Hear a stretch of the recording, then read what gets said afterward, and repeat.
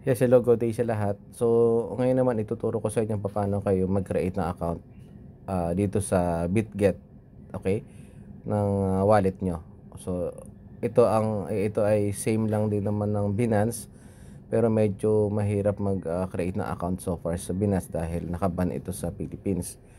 Okay, so punta kayo ng Play Store or Google Store nyo, and then i-type nyo lang itong BitGet wallet, okay? And then pag may nakita kayong ganito, so i-download niyo 'yan, okay?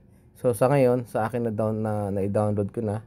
So didiretso na ako dito sa dashboard. So yan yung makikita nyo, no, pag unang bukas nyo. So pag wala pa kayong account, i-click niyo itong sign up. Okay? So after niyan, click natin yung sign up. And then dito, may dalawang option, either na email nyo or mobile number or email.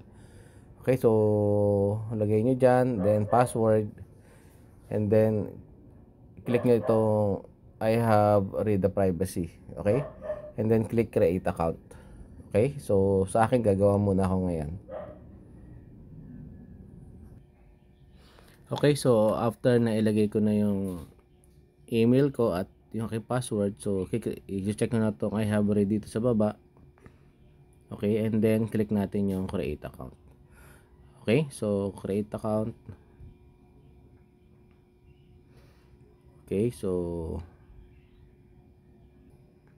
okay, so inulit ko po. So ngayon, gagayahin nyo lang yung order nandito sa taas. Okay, so halimbawa yung nasa una, ito, ayan, so ito yon. And then itong pangalawa, ito yon. Then pangatlo, ito yon. Okay, so click ko una, 1, 2, 3. Okay, then click natin okay. So verification success. Okay, so ngayon, mayroon in-email sa atin dun sa ginamit mong email, or kung gumamit ka ng number, may magte-text sa'yo. Okay, so check ko lang dun sa email ko. Okay. Ayan. So dito, ayan, may number siya, 313820. So 313820.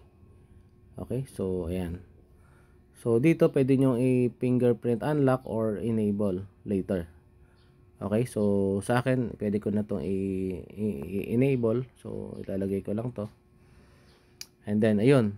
So ito na po, after ng makapag-login ka, ito na yung magiging dashboard mo. Okay, so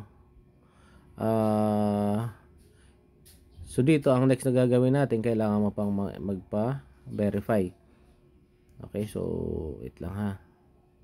Ito, 'di ba? So nandito nakalagay is unverified pa. So kailangan nating magpa-verify. Okay? So paano 'yon? So click natin itong arrow dito sa kanan. Okay? Yan. Click natin 'yan. And then ayan, lalabas. Then dito, yung identification, verification. So click natin 'yan. And then ito yung lalabas.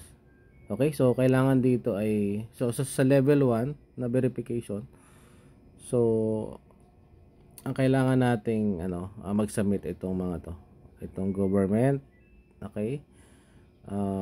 Face recognition, picture, then i-verify nila within 60 minutes. Okay, so after nyan, na ma-verify ka, so ito na yung mga pwede natin gawin. Withdraw, makapag-deposit, fiat deposit, saka P2P trading. Okay, so gagawin ko ngayon, magsasubmit muna ako ng government documents, face recognition, saka, ayan, yung dalawa na yan. Okay? So, ang gagawin ko, i-click tong verify sa baba para makapag-proceed ako sa verification. Okay? So, dito, no, ilalagay natin yung region. Okay, so lagay natin dito Philippines. Okay? And then dito kung anong type ng ID. So, for example, passport, driving license, or ayan. So, ngayon, ang ilalagay ko sa akin dito, passport. Okay? So, click ko yung passport. And then, click ko yung continue.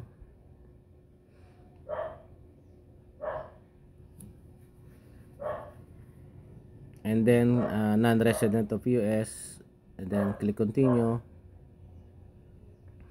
Ayan, dito na, no? So identity document saka selfie.